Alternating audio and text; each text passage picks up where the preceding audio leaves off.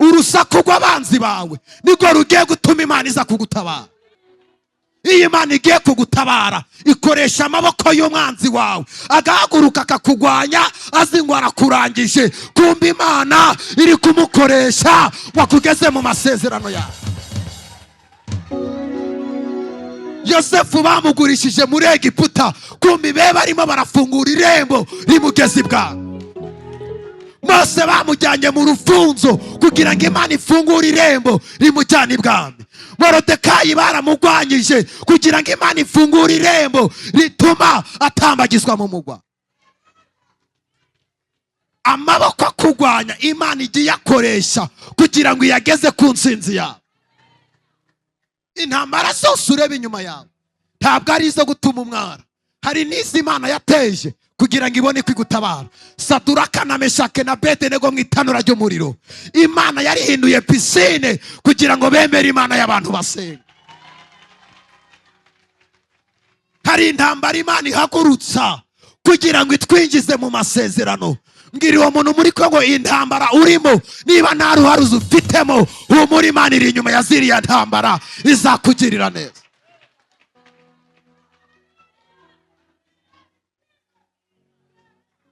Imana igihagurutse intambara, kandi ndagira nkwibutse ijambo rimwe, umugisha wawe uri fiti kuri wowe, nta muntu n'umwe wabasha kuwigera ngo bimushobokere, n'uwawe wenyine.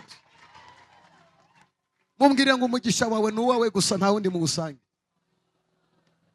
Kadutere haleluya.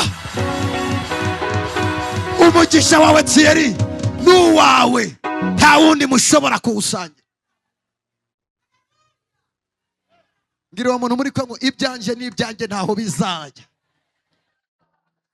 Habakugwanya n'abakuroga, habagusebya bakuvuga nabi, bararushwa n'ubusa. Kubera iki bakuvuga? Barizo muntu ufite nawe abantu baguhagurukira bakakuvuga.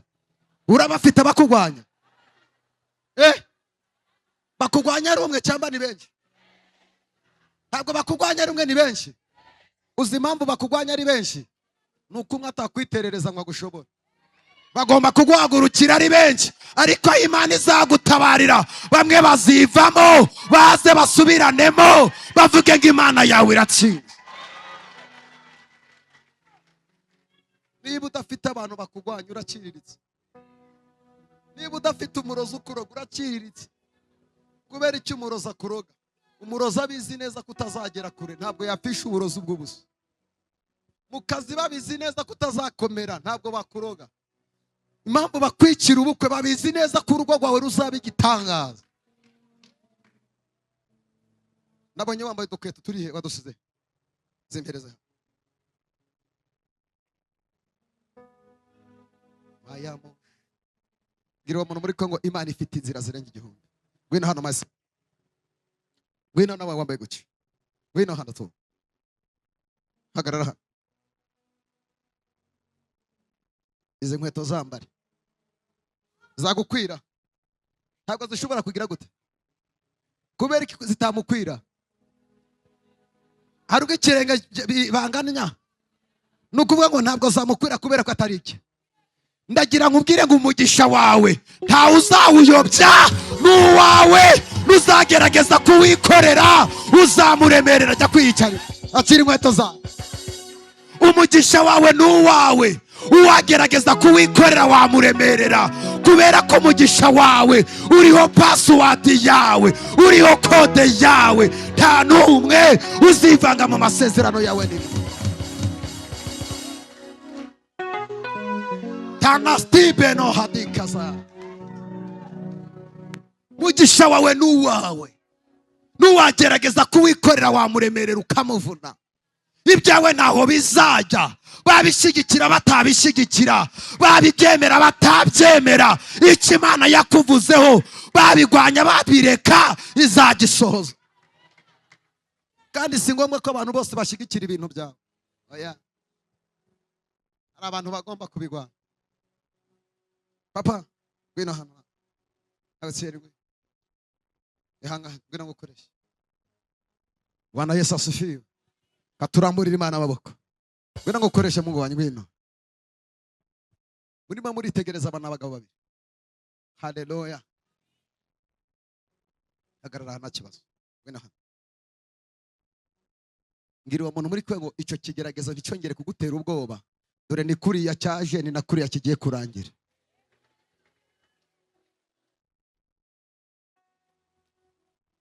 Hari igihe utura ahantu Imana ikavuga ngo hariya bazahakwicira, igashaka uburyo wahimuka kubera ko wahanambye ari kuri gakondo, ukavuga ngo nzatsinda umusaya hano. Kandi Imana yo irashaka kugutuza mu mugwa, ariko wowe ntabwo ugize gute, ntabwo bishaka, ntuzi n'inzira bizanyuramo.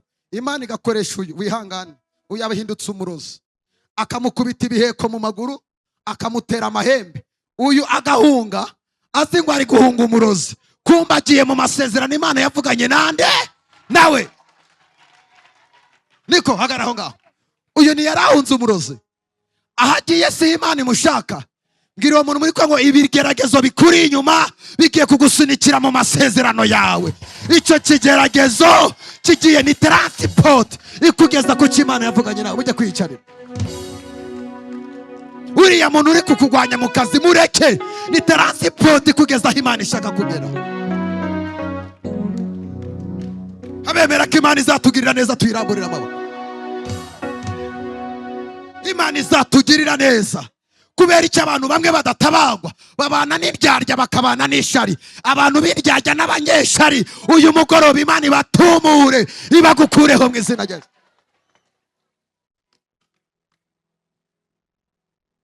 Nyeshari, kubana n'umunyeshari ni nko gufata inzoka y'inshira ukayishyira mu cyumba cyawe, isaha n'isaha yakuruma. Nyeshari kandi ahabera mubi muragenda. Kandi ndakwibutsa ko ishari ni ifumbire y'imborera ifumbira umurozi.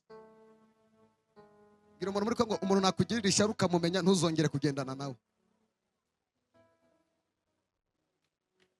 kubera ko ejo yaguhemukira bikomeye cyane. Bibiliya idutegeka gukundana, ariko ntidutegeka kwizera bose. Ngira umuntu muri ko ngo hari abantu ugomba kugendana nabo, hari nabo ugomba kureka. Ntabwo abantu bose bakubwiye ko bagukunda ari uko bakeneye kukuriraho amaserifi. Hari n'abifuza kukuriza. Ariko ndashimira Imana, ururabo, amazi y'ibiziba ntabwo ashobora gutuma ururabo rutagorowinga ngo rukure. Ni nako amagambo maba abantu bakuvuga baguharabika atazatuma icyo Imana yakuvuzaho kitagegwa.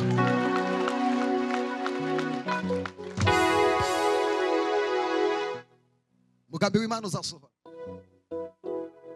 Ibande bakeneye ubutabazi buturuka hera Imana. Mana dukeneye ubutabazi bwawe.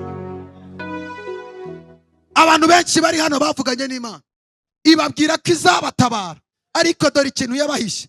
Imana ivugana nawe mu itangiriro, ikavugana nawe mu iherezo, ariko ntabwo ikubwira urugendo rwo hagati. Niyo mpamvu Yesu bamubambye hagati, batigeze bamubamba iruhande.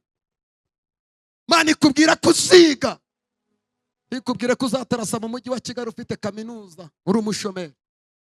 Mana ikubwira ko iguhaye umugabo, ikaguhisha ko azagukura amenyo arindwi. Mana ikubwira ko ikuzanye mu mujyi wa Kigali, ikubwire ko uzageramo ugashomera. Yaguhishe hagati. Marizo muri ko ngo hagati yawe n'Imana mumeranye mute?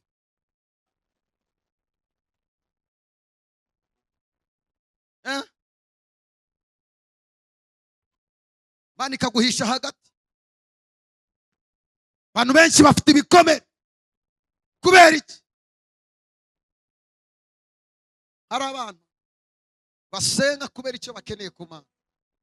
Ariko reka nkubwire, ntabwo tugomba gusenga kubera ko hari icyo dukeneye ku Mana. Tugomba gusenga kubera ko ari itegeko ry'Imana. Senga byakunze, usenge byanze. Senga byemeye, usenge bitemeye. Ntabwo Imana bayishyiraho pressure. Hari abantu baza mu rusengero, Mana ngiye Kabeza nahabonye umuhanuzi, hari amavuta, nutabikorera hariya ndakureka sinzongera gusenga. Wasenga utasenga, Uganda bari kuzamura icyubahiro cy'Imana.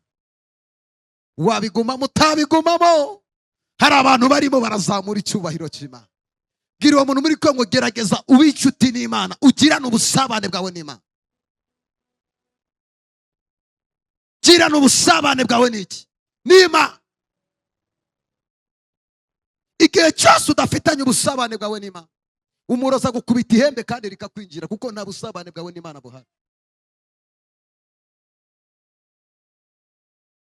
Ubu hari abantu bari hano batewe n'umudayimoni witwa Murangiza, ukaba uryamye uri umugabo uri umugore, ukarara uri gusambana mu nzozi n'umuntu utazi. Uwo umudayimoni wakwinjiriye, uzamwikura ari uko ubizi icyo usenze. Kandi hano barahari benshi, ukaryama ukarara usambana n'umuntu utazi. Ni ukuvuga ngo Satani aba yarakugize umugore we. Ibintu byose ugerageza, niba bahari nta hantu ushobora kugera. Uyu munsi ni umunsi wo kugira ngo Imana ikubohore. Barozi barahari, gira umuntu muri kuvuga ngo ambara imbaraga z'Imana, kubera ko ibintu byahagurutse ari byinshi. Hejuru y'imbaraga za Satani hari imbaraga z'Imana. Buri imbaraga zose zigwanya ubuzima bwawe zigutsikamiye, uyu mugoroba zikure kure mu izina rya Yesu. Haguruka utere haleluya, hogera utere haleluya. Sayibota icara mu kubaho kwe. Buri imbaraga zose zigutsikamiye uyu mugoroba zigomba kuranya.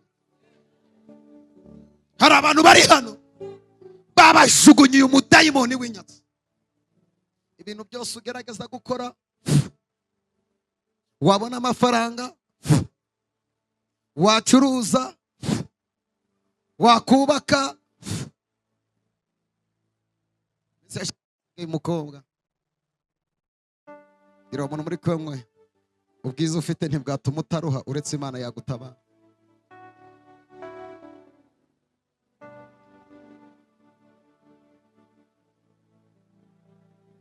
Aramusengeye arambwira ati Prophet rikara ati umaze gutandukana n'abagabo bari, kandi umurebye n'umukobwa w'uburanga, ariko ubwiza ntibwatumije ataruha. Mw'abakobwa mwe muri hano, ibintu byo kuzunguza nyashi n'amaso ngo uri kuyatereka, Yesu atabirimo n'ukuri wagumigwa byagucanga. Ngira umuntu muri ko ngo ibintu byose ufite byongeremo Yesu. Haleluya. Amashuri ufite yongereho Yesu, icyubahiro ufite cyongereho Yesu, business ufite yongeremo Yesu, akazi ufite kongeremo Yesu. Iyo umuntu abana na Yesu, Yesu ajya mugwanirira amanywa na nijoro. Uza abantu hanze bategereje kuzaseba, uza abantu bategereje ko tuzirukanka ku musozi isi katwikaraga hejuru, ariko bazabitegereza, amaso azahera mu kirere. Imana itubereye maso, izahora itugwanira. Muririmbyi yuzuye umwuka wera aravuga ngo imigambi yawe se nk'iyaba, imigambi yawe imbaraga yo kwinjira muri prophetic. Ibidashobokera imbere yawe birashoboka. Zambaraga zose waziribatiye igorogota, ndetse n'ibisigisigi byazo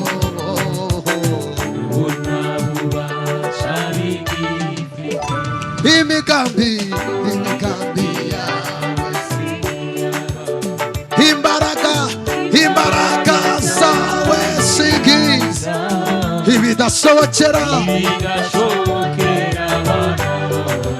imbere yawe.